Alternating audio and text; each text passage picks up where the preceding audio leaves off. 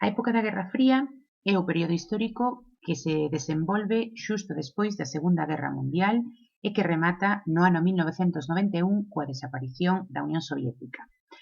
A Guerra Fría defínese como un conflito bipolar de tensión intermitente e que se levou a cabo a través de terceiros países.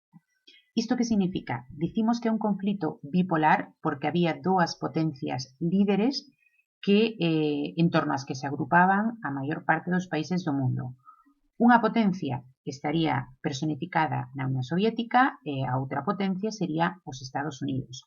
Estas dúas potencias nunca se enfrontaron directamente, senón que se enfrontaron prestando axuda a terceiros países que entraban en conflito. E tamén foi un conflito de tensión intermitente no sentido de que ao longo da Guerra Fría podemos observar distintas fases. Neste período da Guerra Fría hai imaxes que marcan ou que simbolizaron este período histórico. Por exemplo, a existencia de dúas axencias de espionaxe, a CIA no caso dos Estados Unidos e a KGB no caso da Unión Soviética. O Muro de Berlín, que foi o símbolo da Guerra Fría, cando desaparece ou cando se derruba o Muro de Berlín prácticamente remata a época da Guerra Fría. Este sería un dos puntos fronteirizos que había no Muro de Berlín, o máis importante, o Checkpoint Charlie. Tamén o teléfono vermello se convertiu nun símbolo da Guerra Fría, sería un teléfono de comunicación directa entre o presidente norteamericano e o presidente ruso para evitar un conflito mundial. E estas dúas imaxes que temos aquí pola dereita representan a pegada do home na Lúa, a chegada á Lúa, e Laika, o primeiro ser vivo que viaxou ao espazo. Estados Unidos e a Unión Soviética rivalizaron durante a Guerra Fría a través do desenvolvemento da súa carreira armamentística, do desenvolvemento da súa capacidade, sobre todo, de armamento atómico, pero tamén a través da carreira espacial, que serviu para demostrar a superioridade ben dos soviéticos, ben dos norteamericanos. Hai unha película que fala da importancia do desenvolvemento da carreira espacial no caso dos Estados Unidos, que nos permite tamén observar nun plano secundario o enfrontamento da Guerra Fría e que dalles valor e dignifica o papel que as mulleres desempeñaron na carreira espacial que liderou os Estados Unidos. Chámase Figuras Ocultas. Recoméndola porque merece moito a pena. Bueno, como características deste período histórico, bueno, pois poderíamos destacar, como xa dicía ao comezo, que é un conflito bipolar e, polo tanto, o mundo, a maior parte dos países, vanse aliar ou ben co bloque que lidera a Unión Soviética ou ben co bloque que lideran os Estados Unidos. E o mesmo que falamos da división do mundo, tamén é especialmente importante a división de Europa. Como vedes, Europa está dividida na súa metade oriental baixo influencia da Unión Soviética e esta parte que tedes de cor azul sería a Europa occidental baixo influencia dos Estados Unidos, divididas simbólicamente ambas, as dúas Europas, por o que se chamou o telón de aceiro, por un muro simbólico que non chegou a construirse nunca, pero que dividía ideolóxicamente e económicamente as dúas Europas.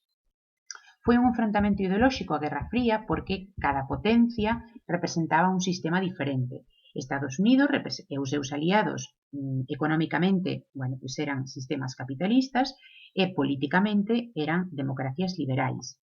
A Unión Soviética, en cambio, agrupaba os países comunistas e políticamente o seu sistema denominábase democracias populares. En realidade, isto escondía ou encubría un sistema de ditadura comunista. Como dicía, o mundo aliouse, os países do mundo aliáronse ou ben cos Estados Unidos ou ben coa Unión Soviética. No caso de España, España aliouse co bloque liderado polos Estados Unidos. Recórdovos que a Guerra Fría empeza no ano 1945 e que nese momento en España temos a ditadura do general Francisco Franco.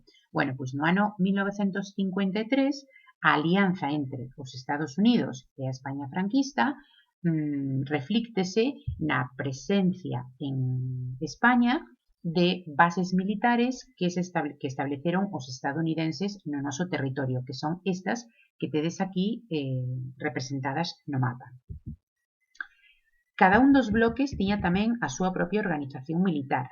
A OTAN era a organización militar do bloque liderado polos Estados Unidos. Esta organización militar segue existindo na actualidade, pero xa, digamos, non se asocia únicamente ao bloque liderado polos Estados Unidos. A organización militar do bloque liderado pola Unión Soviética é o que se chamou o Pacto de Varsovia. Bueno, o que fixeran tanto os Estados Unidos como a Unión Soviética foi establecer bases militares nos países que eran os seus aliados para ter un control máis directo do seu inimigo, no caso da Unión Soviética para controlar os Estados Unidos e no caso dos Estados Unidos para controlar a Unión Soviética no caso de que estalase unha terceira guerra mundial. Bueno, pois mirade, o xeito de representalo en mapas era para simbolizar que neste caso que reflicte este mapa é que Estados Unidos estaba rodeado por territorios controlados pola Unión Soviética, entón tiña que protexerse.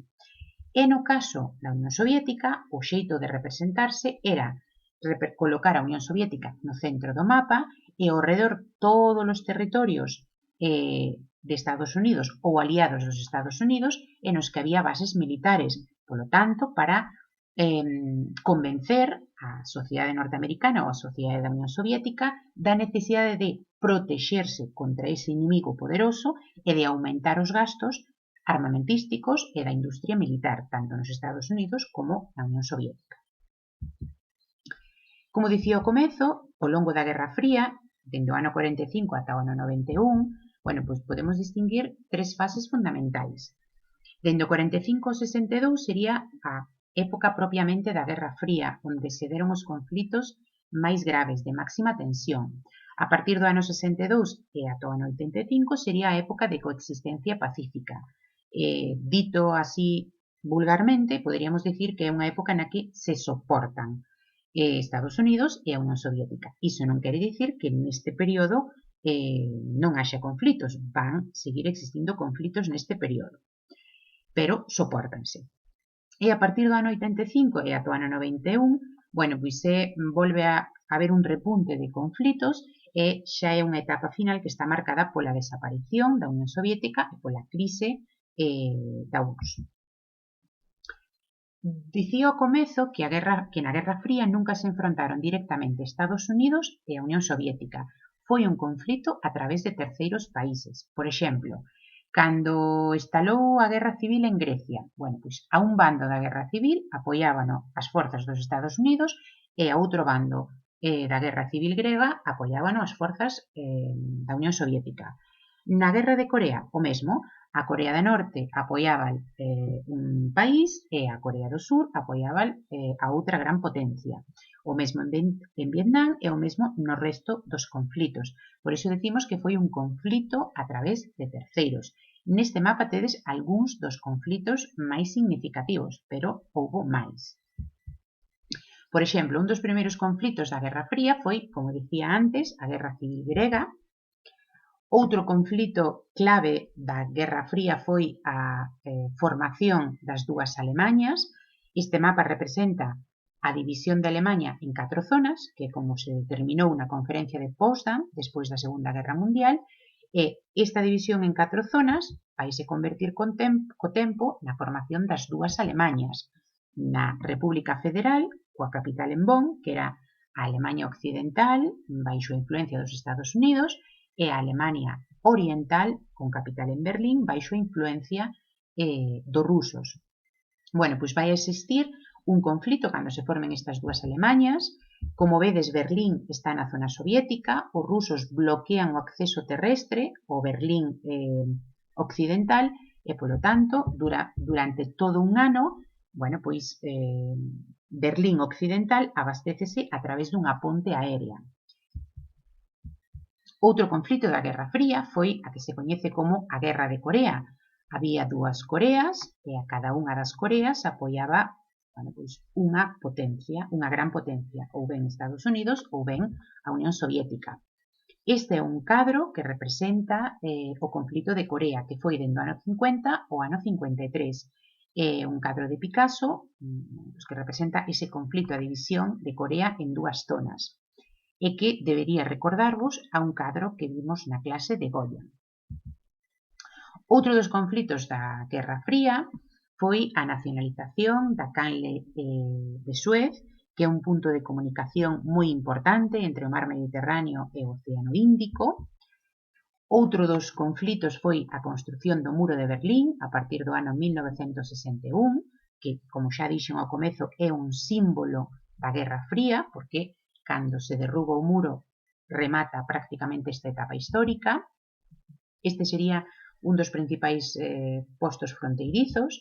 Xa investigastes ao comezo deste ano cal era o sistema defensivo que existía ao redor do muro de Berlín, que era moito máis que un simple muro, que había todo un sistema defensivo detrás, e tamén vos tocou investigar algúns sobre a existencia desta especie de museo ou galería ao aire libre que se conserva, bueno, pois nun dos fragmentos que perviven en Berlín do muro.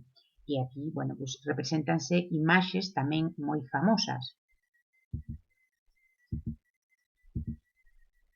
Estas dúas imaxes representan o ano 1989, no momento que se derruba e que a poboación do Berlín Oriental e do Berlín Occidental se xuntan.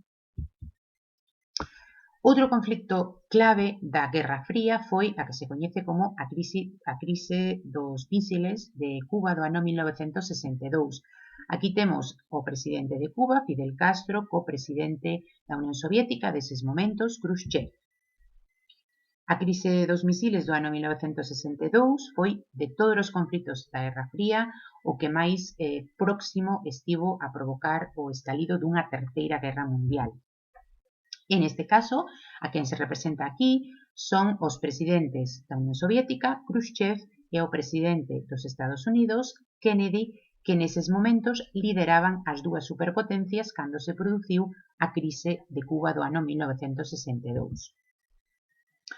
Outro dos conflitos tamén que podemos enmarcar dentro dos conflitos da Guerra Fría, aínda que é un conflito moi complexo e moi longo no tempo que aínda pervive, é o conflito entre Israel e Palestina. Outro dos conflitos máis importantes da Guerra Fría foi a coñecida Guerra de Vietnam. Foi un fracaso para os estadounidenses, tiveron que retirarse a partir dos anos 70 e houve moitísimas protestas por parte do movemento pacifista que reclamaron o regreso das tropas norteamericanas e a saída de Vietnam. Como vedes aquí, o mesmo, había dous Vietnam e a cada un dos Vietnam apoiaba unha superpotencia. Por iso dicimos que a Guerra Fría foi un conflito a través de terceiros países.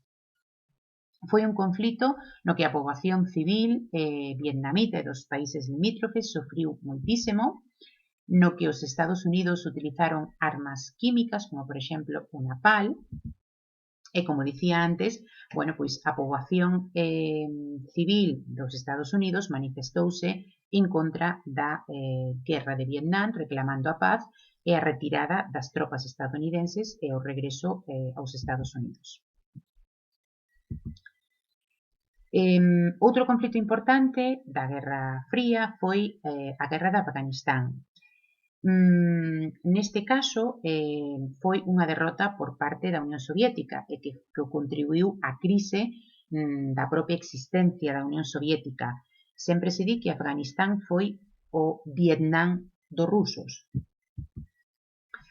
O presidente que representa os últimos anos da existencia da Unión de Repúblicas Socialistas Soviéticas é este que tedes en imaxe, Gorbachev, que iniciou a apertura da Unión Soviética cara un camiño e cara un sistema capitalista.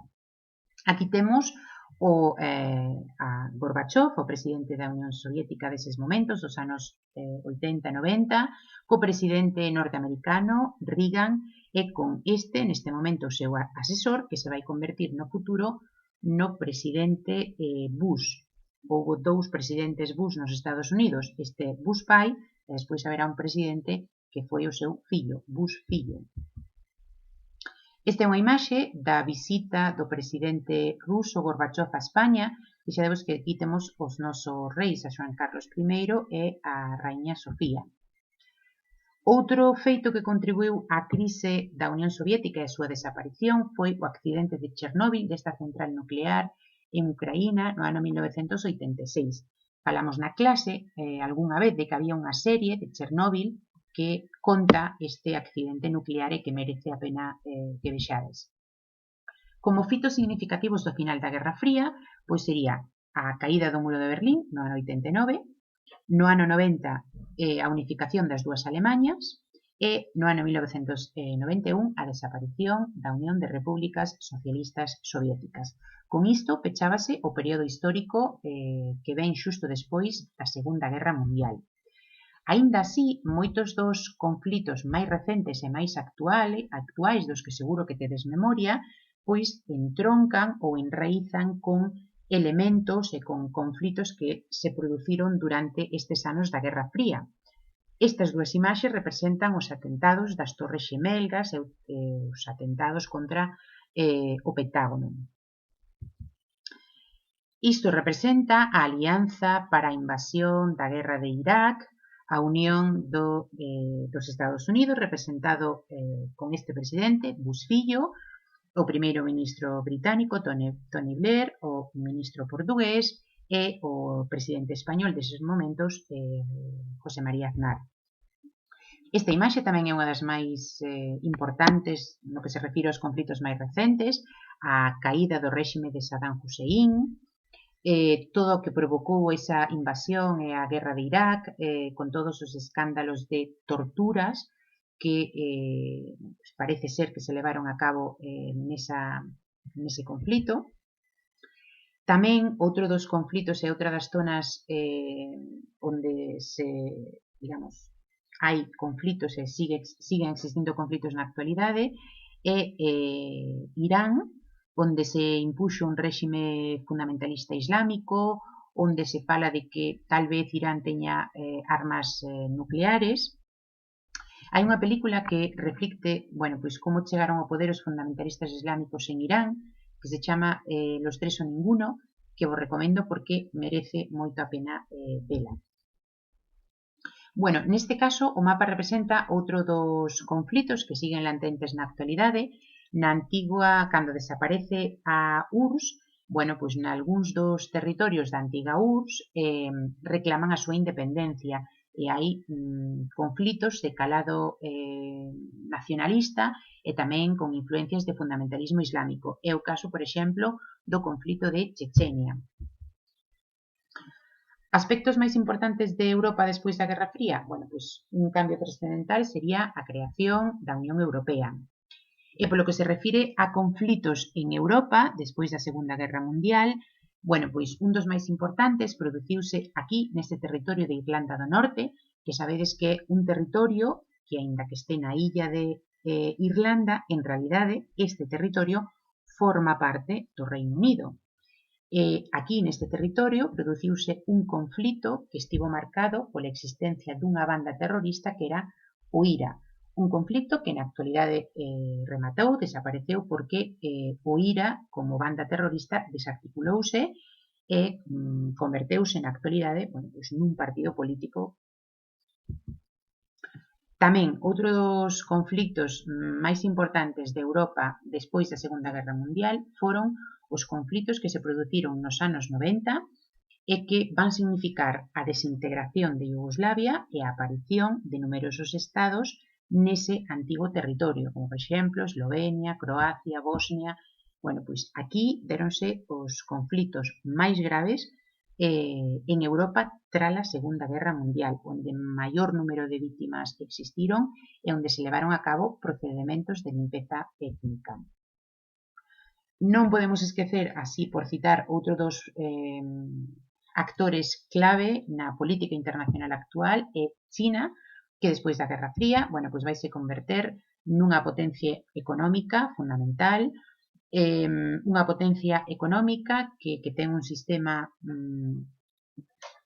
a medio camiño entre o comunismo e o capitalismo, no que non existen suficientes dereitos e liberdades para a cidadanía, e, por exemplo, unha das imaxes máis significativas da China máis actual é esta protesta na plaza de Tiananmen, na que a cidadanía pois, estaba reclamando máis liberdades e máis democracia en China.